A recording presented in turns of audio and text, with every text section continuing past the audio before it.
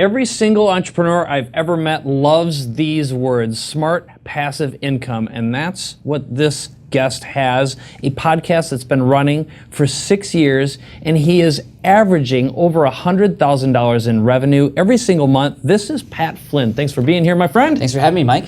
Awesome. And you've got this brand new book called Will It Fly? How to Test Your Next Business Idea so you don't waste your time and money. We're going to talk about that, but thanks for being here. Yeah, I'm excited. I love the studio, man. It's amazing here. It is beautiful, and it's great to finally get you here because I've been following you for years, and you're a legend in the podcasting world, and I love what you're doing and how you're growing. So for everyone who doesn't know who you are, can you tell us your brief 30-second commercial? Who are you, and who's Pat Flynn? Well, Pat Flynn is somebody who used to be an architect.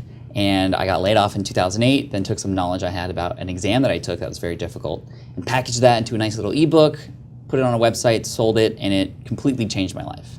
And that was back in October of 2008. And now since then I've been sharing how I built that business, plus several others, ranging from software to food trucks to security guard training. And I have this podcast to go along with it now, authoring books, doing keynotes. And it's just incredible how much the brand has grown since then, because there's a lot of people who want to know how it's done. And I feel like I'm the guy who can share all of it, not just the wins, but also the failures, what I do right, what I do wrong. And it's always a fun adventure for everybody. I kind of call myself a crash test dummy of online business. And like every good crash test dummy does, they hit the wall, but then they report back for everybody else's safety. Yep. Well, this is good, and I think besides deconstructing your existing business, one of the things that I want to talk about are a couple of your failures as well as a couple of your wins, because one thing that just about every entrepreneur has in common is timing, good timing, and you've had some good timing for sure. But along the path of building your podcast, what were some of the big wins, timing wins that you've had, and also some of the failures that have caused you to maybe just even consider stopping completely? I'm actually curious, when's the last time you thought of quitting or stopping? When did that enter into With the podcast specifically? Yeah, or any of your entrepreneurial adventures. Well, here was the big one.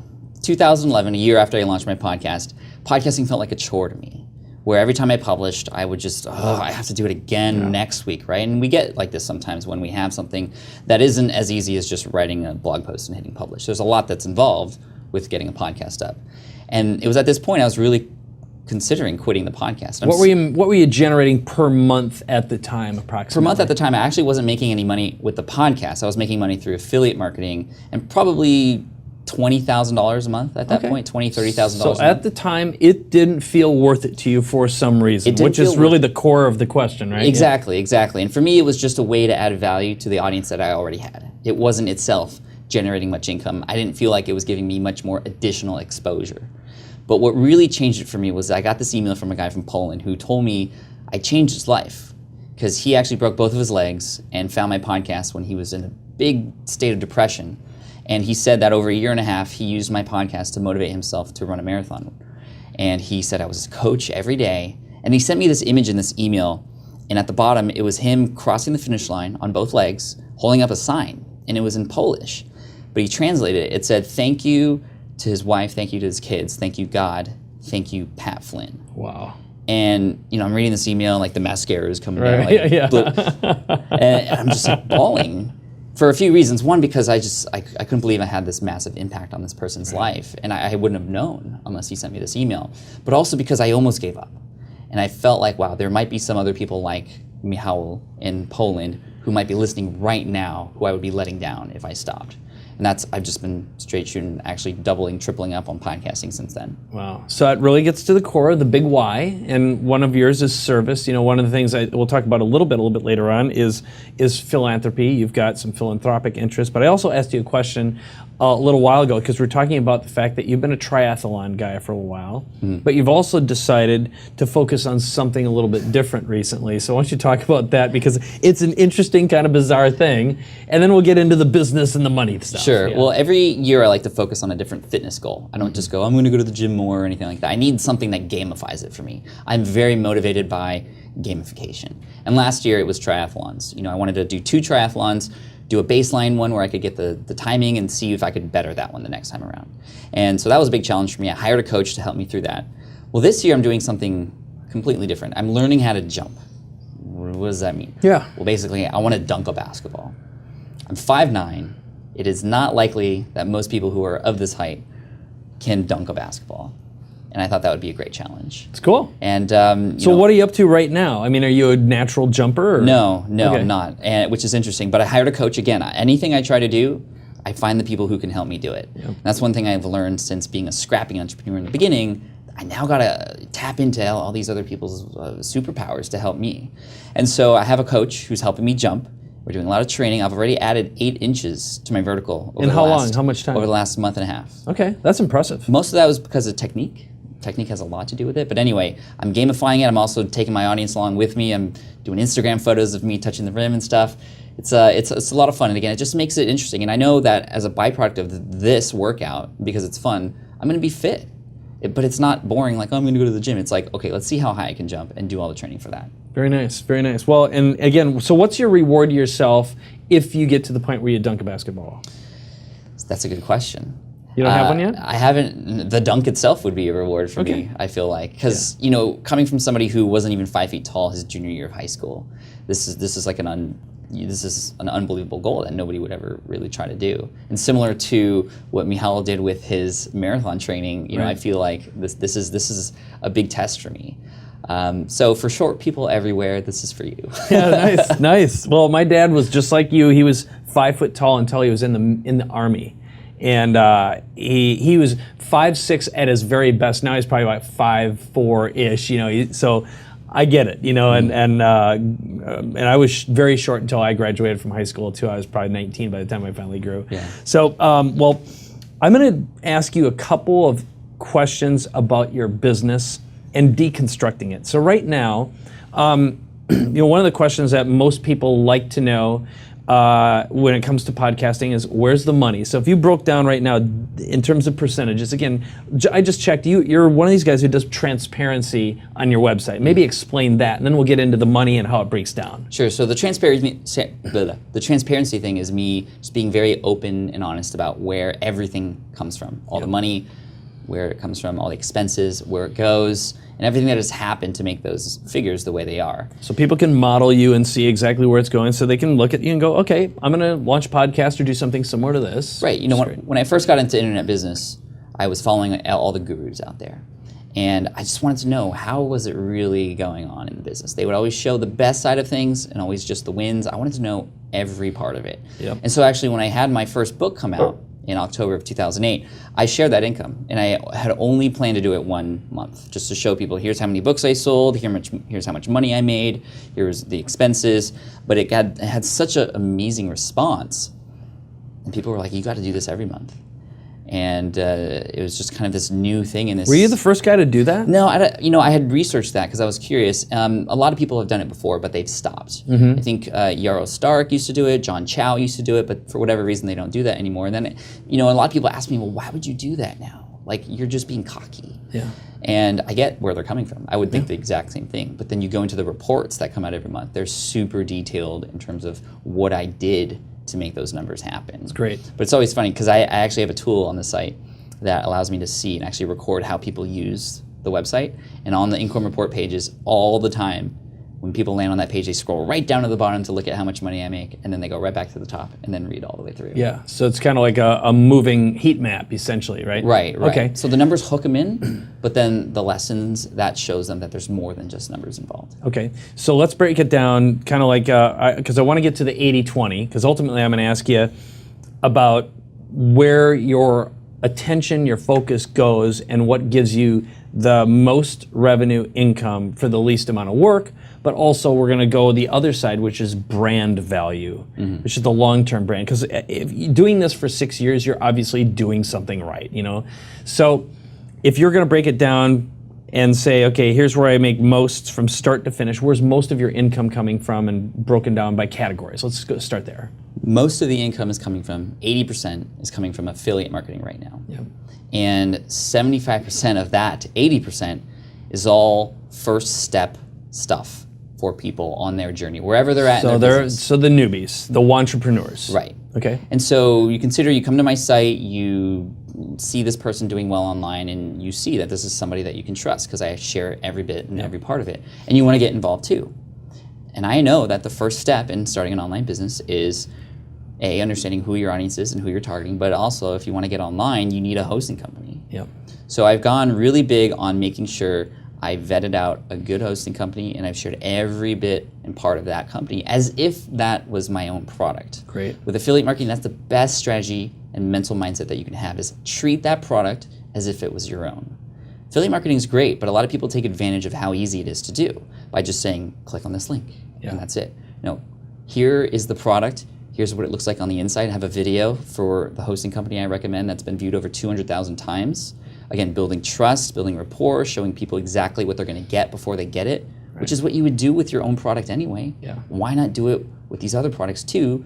That, I can't create my own hosting company, but I know that's what my audience needs to get started to reach their goals. So I find one that works, and I promote it as if it was my own. I know it so that I could provide service on it if I needed to. Right. So if anybody asks me any questions, I know the answer right away, and then it just shows them that I am actually somebody they can trust, and it leads to higher conversions down the road. Great. Yeah. So you could have made faster money at first, but long term you recognize the value of that. So it's a big integrity. Totally. Bottom line. Everybody should know, what is the one thing that somebody in your audience needs to get started.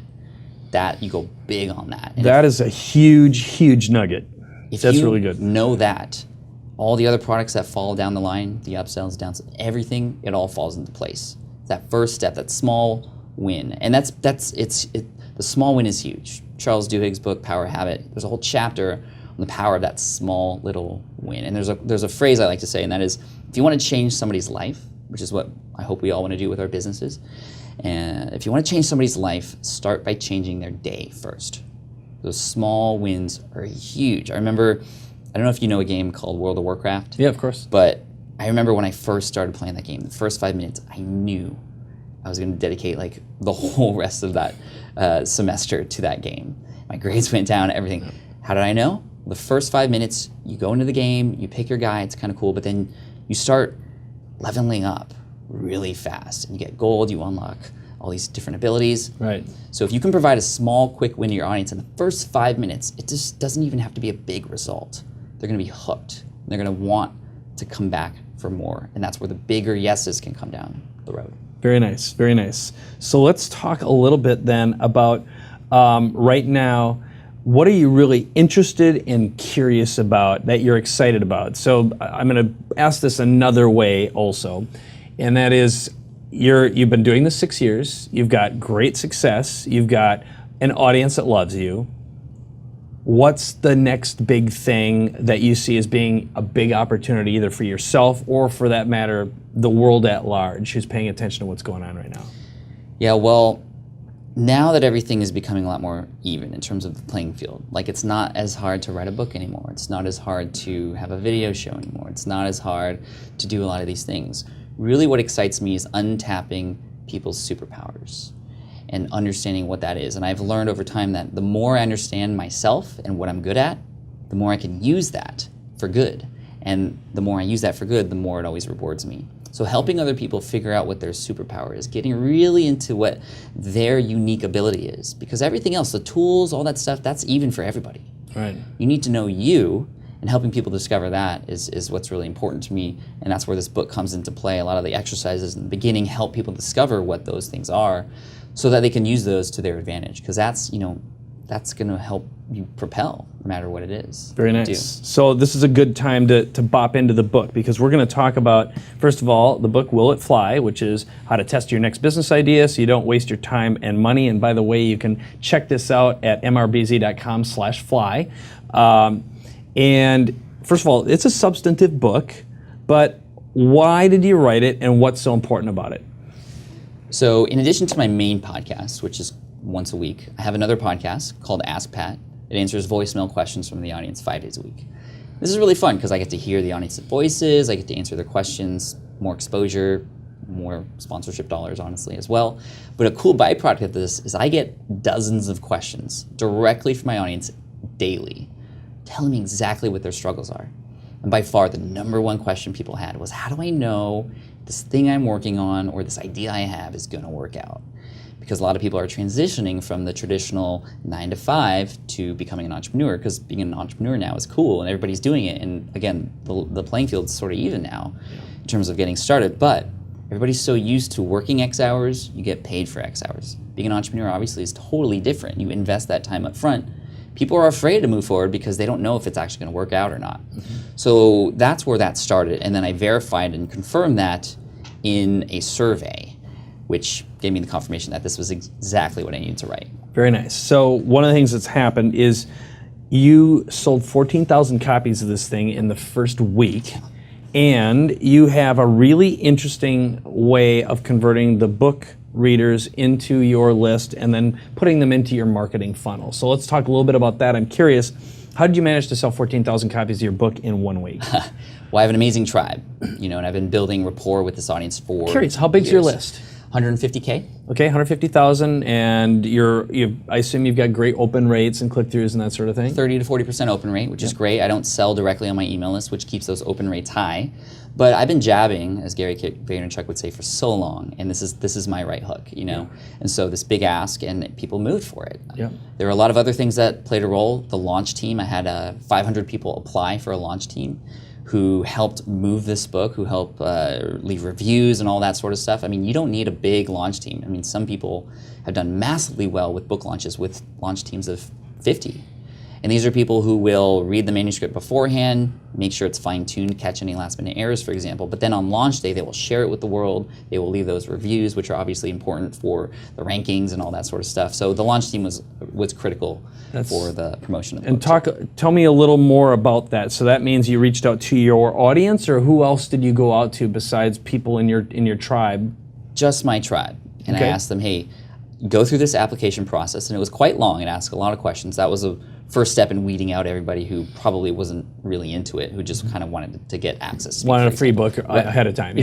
Exactly. And then we put them all into a secret Facebook group where they got early access to the book.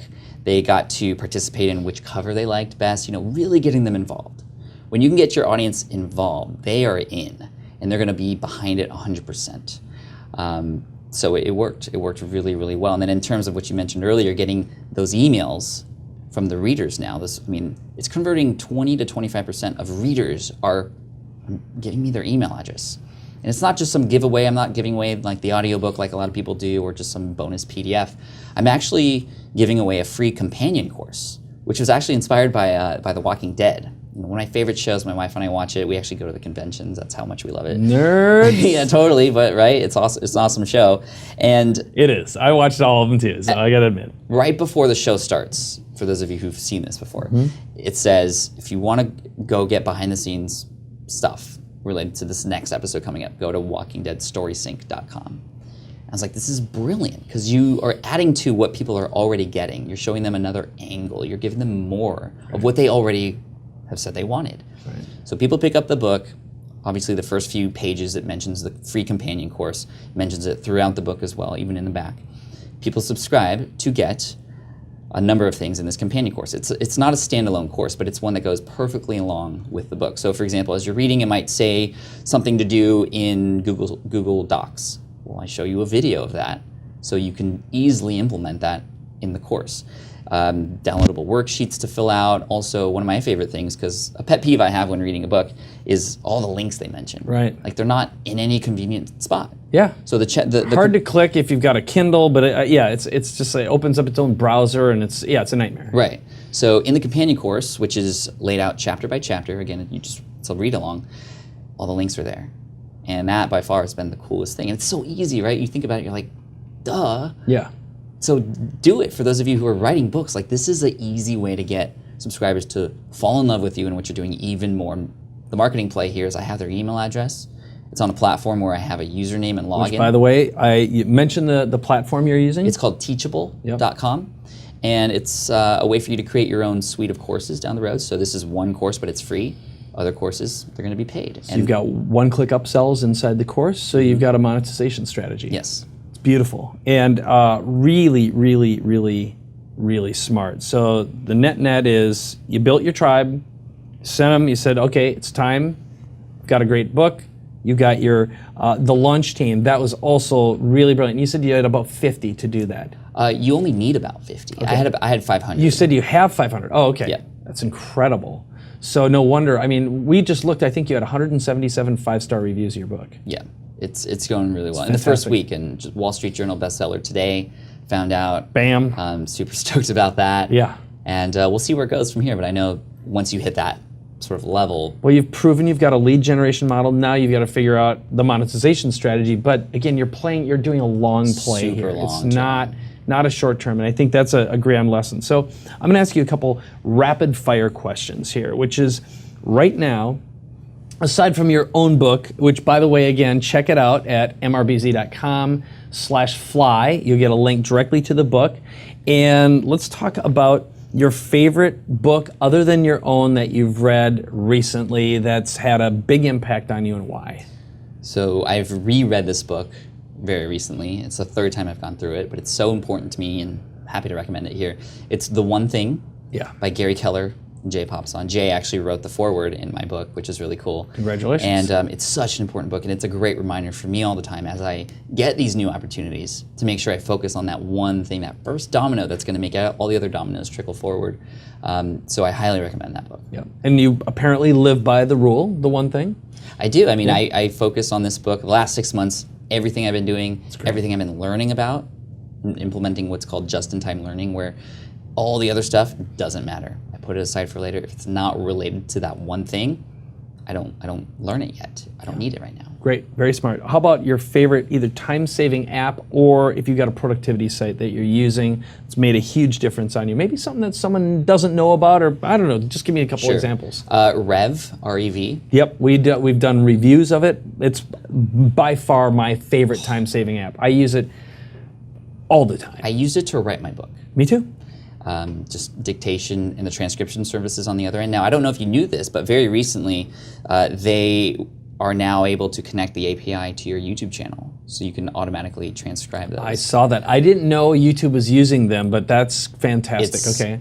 Now you can have your videos transcribed, and then they're automatically put into the annotations, and you've got whatever the hell they're called, the captions. Captions, there you go. Thanks. And it removes about 4 hours of work per month for my team. That's beautiful, beautiful. Any other sites or apps that are particularly useful right now? Slack is crushing it on our team. Crushing it by meaning it's just removing how many emails that we need to send to each other. Slack by far has been the best communication tool that I've ever been introduced to.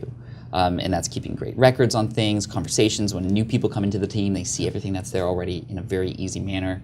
Slack is basically mobile text for business, a long stream with attachments and everything else. Right. Yeah. You know, it reminds me of like AOL chat rooms. Yeah.